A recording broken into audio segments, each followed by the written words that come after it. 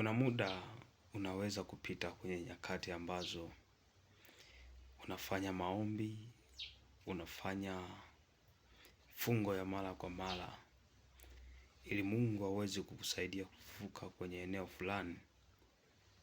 Lakini kadri unavyozidi kuomba, ndivyo mambo yanavyozidi kuwa magumu zaidi, au ndivyo changamoto zinavyozidi kuinuka, ndivyo changamoto zinavyozidi kuongezeka. Unazidi kufunga, ukimwombolezea Bwana, ili Mungu aweze kukusaidia. Lakini bado unakutana na nyakati ngumu na vizuizi mpaka unatamani kukata tamaa. Unaweza ukawa unaendelea kujiuliza maswali mengi mno. Je, Mungu ninayemwabudu na ameniacha, au bado anaendelea kunisaidia kwenye nyakati ambazo ninapitia? Lakini neema ya Mungu siku zote huwa ina kusudi.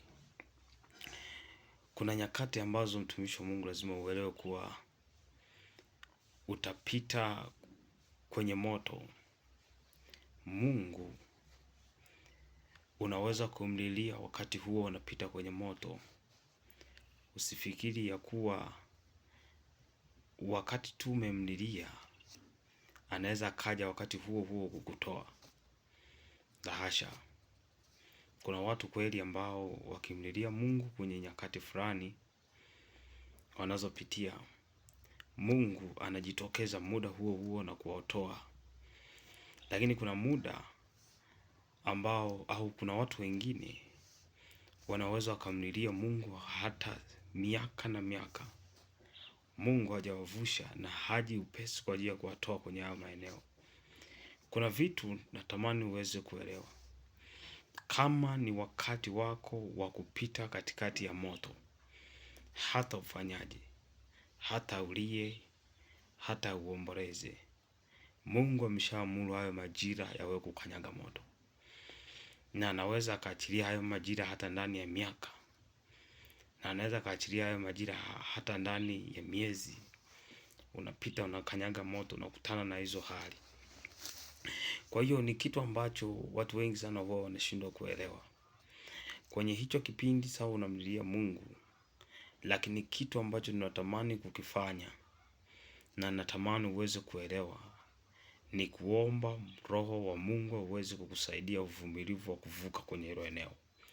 Kwa sababu Mungu anajua hautoweza kupatwa na madhara ya aina yoyote katikati ya huo moto, utavuka. Kitu kinachohitajika ni uvumilivu. Kwa hiyo utukufu wa Mungu unapokuja kwa ajili ya kukutia moyo, hauji kwa ajili ya kukuponya maumivu kwenye huo wakati. Unakuja kwa ajili ya kukutia moyo ili uweze kupita katikati ya huo moto. Kwa hiyo hicho kitu alikutana nacho Stefano. Stefano amewaeleza wale watu juu ya habari ya Yesu Kristo, amewahubiria wale mataifa, lakini bado wakakasirika, wakataka kumuua kwenye ule wakati. Biblia inasema kwamba Stefano alipigwa kwa mawe. Lakini wakati anapigwa kwa mawe akasema, tazama ninaona mbingu zinafunguka na mwana wa Adamu ameketi mkono wa kuume wa Mungu Baba. Lakini baadaye alipigwa mawe, Mungu hakuzuia yale mawe. Baadaye wakati anaendelea kupitia ile changamoto, alipigwa kiasi ambacho anakaribia kufa. Akasema, Bwana, roho yangu ninaiweka mikononi mwako.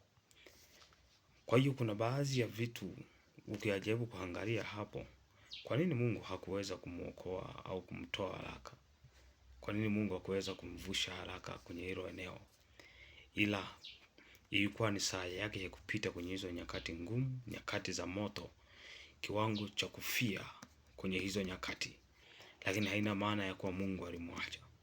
Kwa hiyo kuna nyakati ambazo kwa namna yoyote ile lazima zitakugharimu tu. Kwa hiyo usijisumbue sana kwa ajili ya kukata tamaa.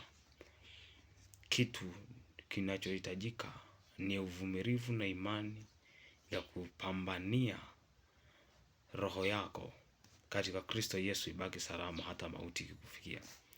Kwa hiyo jitie moyo mtumishi wa Mungu, kwa majira na neema ya Bwana inaonekana kwenye nyakati zote. Hata kama katikati ya moto, bado Mungu ana uwezo wa kujitukuza siku zote za maisha yetu.